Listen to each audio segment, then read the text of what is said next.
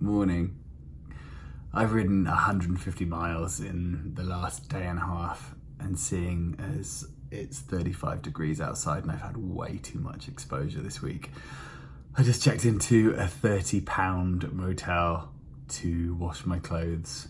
They smell bad. And sleep. Yeah. Oh gosh, what a few days. This week I've been in Kansas, and on the whole, days have been long and the land has been flat.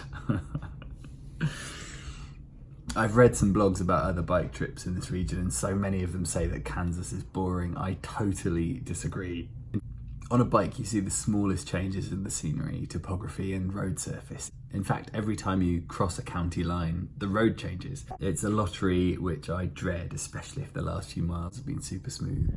So tell me the difference between this and this.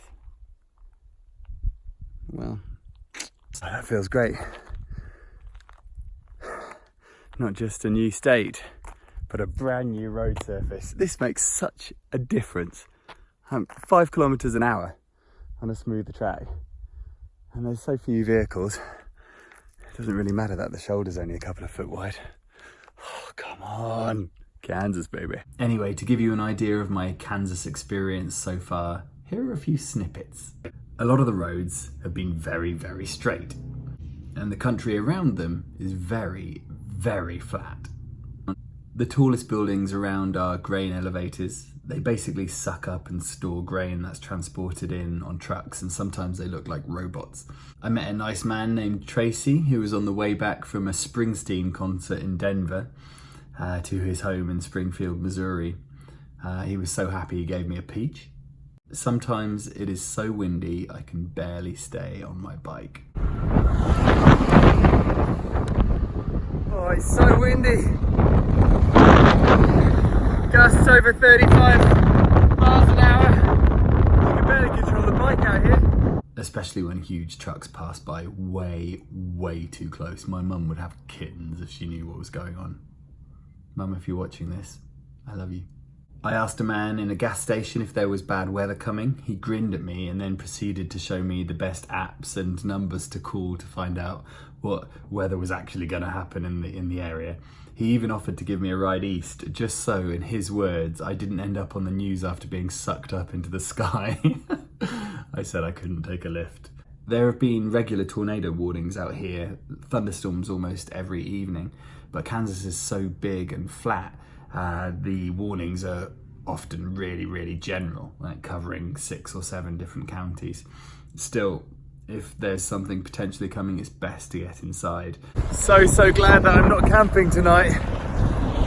I'm in Leota, Kansas, and the sky is looking proper moody. Wow. Look at this. Oh, yeah, it's just full of dust flying around.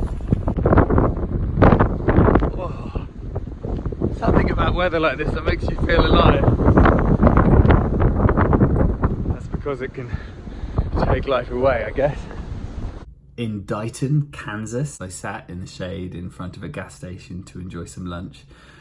I was there for about 2 hours. A lot of people said hi as they were coming in and out of the store. And then the local sheriff turned up. Her name was Anne, and she'd been chasing dogs all day. Then I thought I'd FaceTime my family, and Sheriff Anne also sat down to say hi.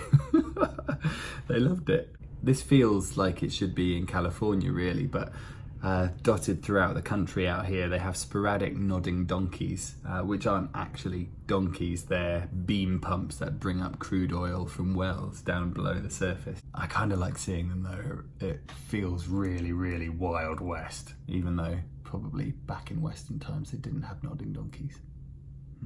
Last night I decided to ride into the night to make some miles in cooler conditions. Oh, this feels like a little adventure. And also try to avoid the heavy winds that were coming in today.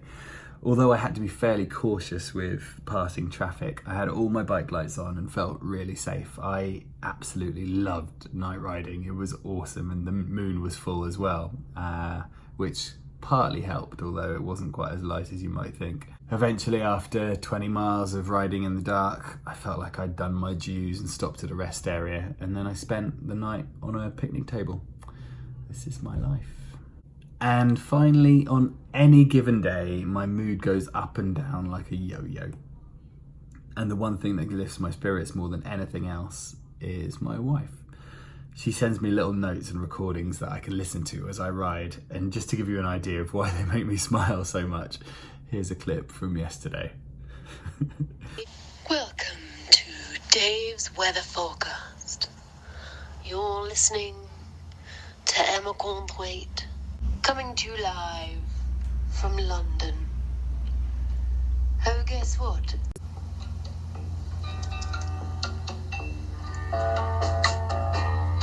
I can see clearly now, the rain is gone.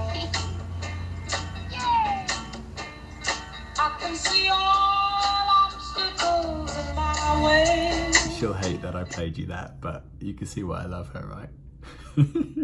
So, I've covered almost 400 miles in the last 6 days of riding. I'm now fairly central in Kansas and have 650 or so miles to go to Memphis. I'm aiming to get there on the 29th or the 30th of August, so doing all right. Definitely caught up some miles, made some credit.